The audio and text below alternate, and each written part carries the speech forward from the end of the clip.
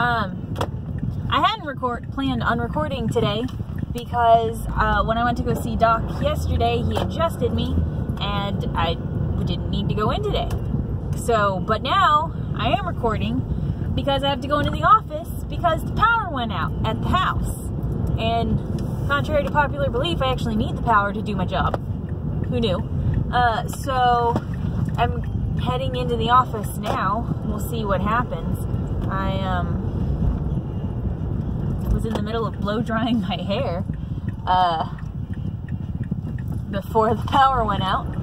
So now I've put a hat on because my hair was weird, and now it's just weird still and not dry completely anyway. So yeah, that's where we're at right now.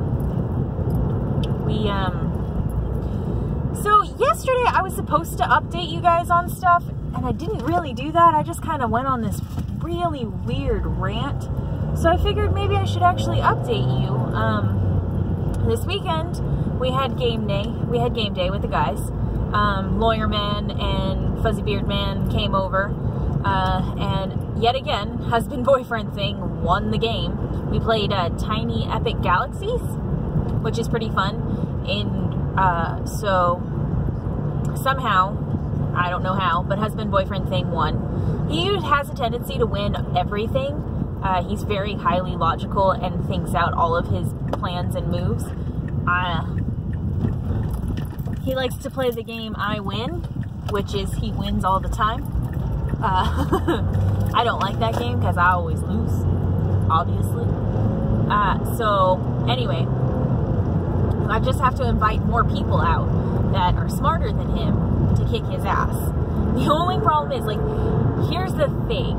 You can always tell when the game is, like, casual and nice, and then it turns ugly when husband-boyfriend thing is challenged.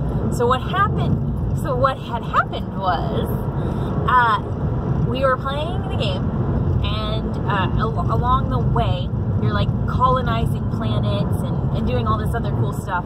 And so husband-boyfriend thing had his little ship on a colonization, like he was gonna do the little rounds to colonize the planet and get the perks or whatever. Well,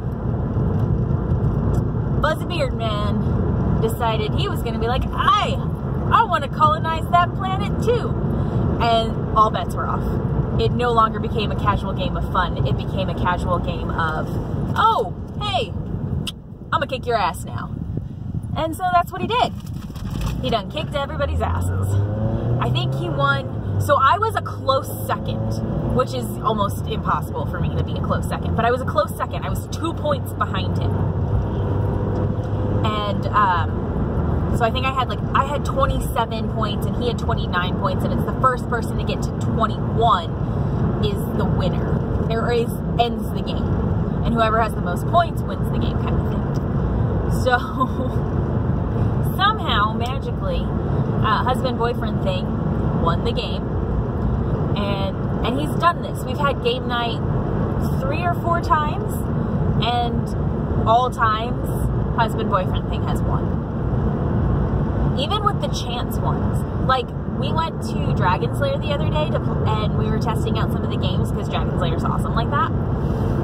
And we were testing out Exploding Kittens. We're like, oh, this should be easy. It's like 2 minutes to learn the game. Like on the little like on the box, it says 2 minutes to learn, 15 minutes to play. We'd never played the game before, ever. And he still won. No idea how. It's complete chance. You shuffle the deck, and I got the Exploding Kitten. And I lost. And it wasn't, I mean, I don't understand why I'm upset because I always lose, so it shouldn't be a big deal. But yeah, that's what happened.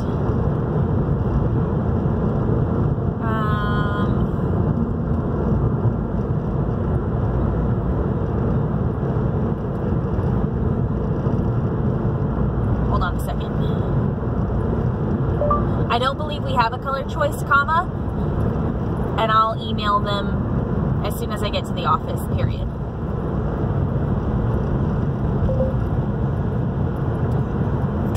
So yeah, that's where we're at with that. Sorry, it's gonna be a lot of shh because I didn't turn off I didn't close the air vent. I'm gonna leave this because I'm not terribly worried about it. So you're just gonna have a few of these videos are just gonna have the whooshing noise. Sorry. So anyway, yeah, so husband-boyfriend thing is constantly kicking everybody's asses in games. So I've got to broaden our repertoire of people to come play games, and that'll be fine. So I think I'll be inviting my cousins. My cousin one, singular.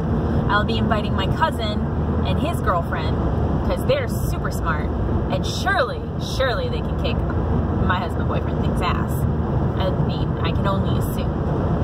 Anyway, and then we went to this thing, which is actually pretty popular in our little corner of Texas, called Main Street Bethlehem. We're not particularly religious, but sister roommate thing takes the kid to church, and all of husband-boyfriend thing's family is religious, and it seemed like it would be a fun thing to do, like go to this reenactment of the kids, what is it, the Jesus birthing thing. So it was actually pretty interesting.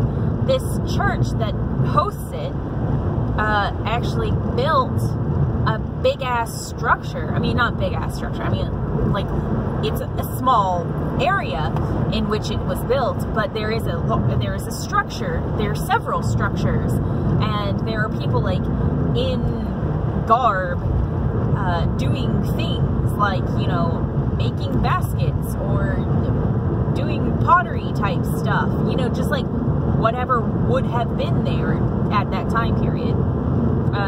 Obviously it's not going to be like historically accurate because we all know that that entire book is a work of fiction with very little history in it. But anyway, beside the point. So we got to walk around and see all these different things, and there were people, you know, sitting. So they had, what was it?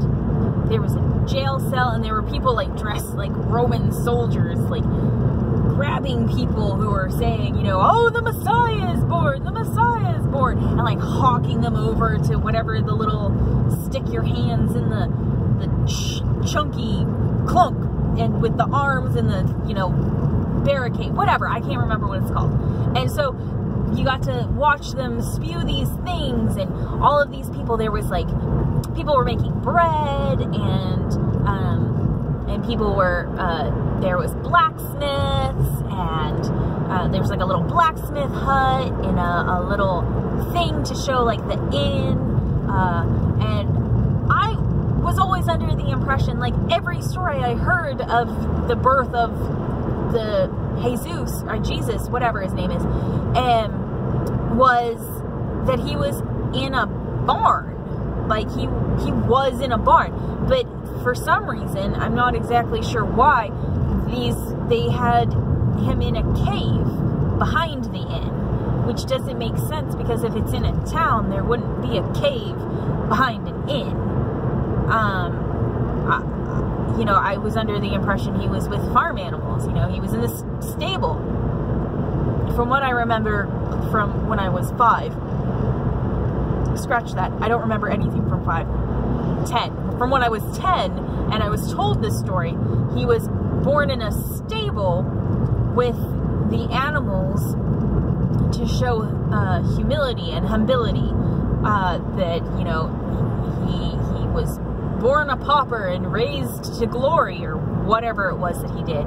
Anyway, so we went to see that. It was interesting. It was a fun experience. We got to hang out with family, and the kid had a great time. She got to see all sorts of things and run around, and a husband-boyfriend thing and I were just like, ah, bye-bye, shoo-shoo. And, you know, this thing, this Main Street Bethlehem, is actually a pretty big deal. I didn't realize. Well, it starts with a line, so the entrance, so say it's like this big, and then there's an entrance with wavy lines, and then it walked all the way around to the downtown area of where it was being held. I don't remember really what town it was in, because I wasn't paying attention, but you know, we had to line up and wait around. So we were waiting in downtown to get into this thing. And finally, you know, it starts moving. But they did a good job of, like, trying to entertain people as they were waiting to get into this event or into this reenactment. There was a small parade that went through. And I guess they got they made snow. How, I don't know how. There's like probably hundreds of bags of ready ice that were shredded to do this, but the kid got to do like little snowball fights, and while we were waiting in line, and we had hot chocolate, and we sat and chatted with family and all that other stuff. So it was fun. We had a good time. I mean, it's the whole point of going to this thing is to spend time with family, and that's what we got to do. It was fun.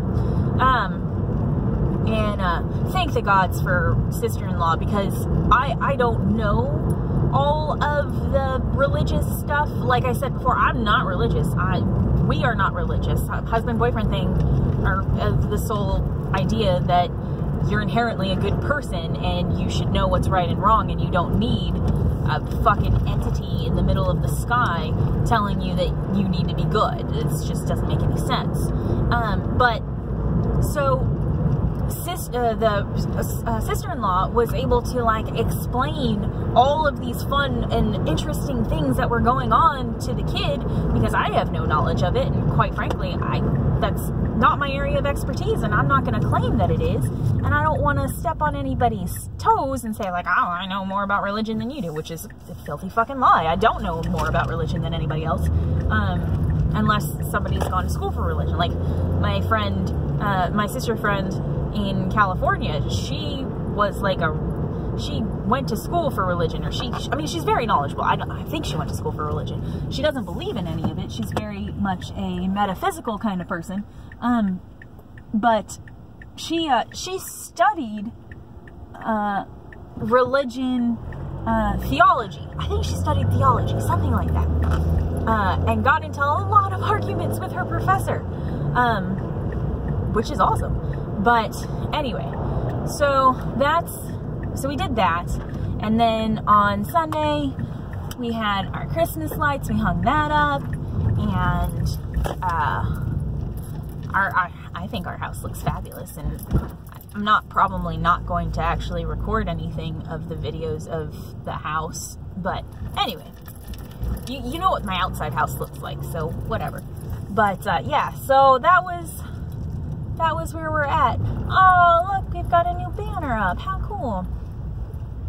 Oh, look, it's the manger in the barn. It's a barn! So the banner above the office is in a fucking barn. I knew it! I knew it was born in a fucking barn. Alright, so I'm here at the office. I have to go back to work now. And, oh shit, 13 minutes. I'm sorry, guys. I didn't mean to make it that long. I was driving really slow. So I will talk to you later, and I will see you guys on the flip side. So, yeah, till next time. Peace.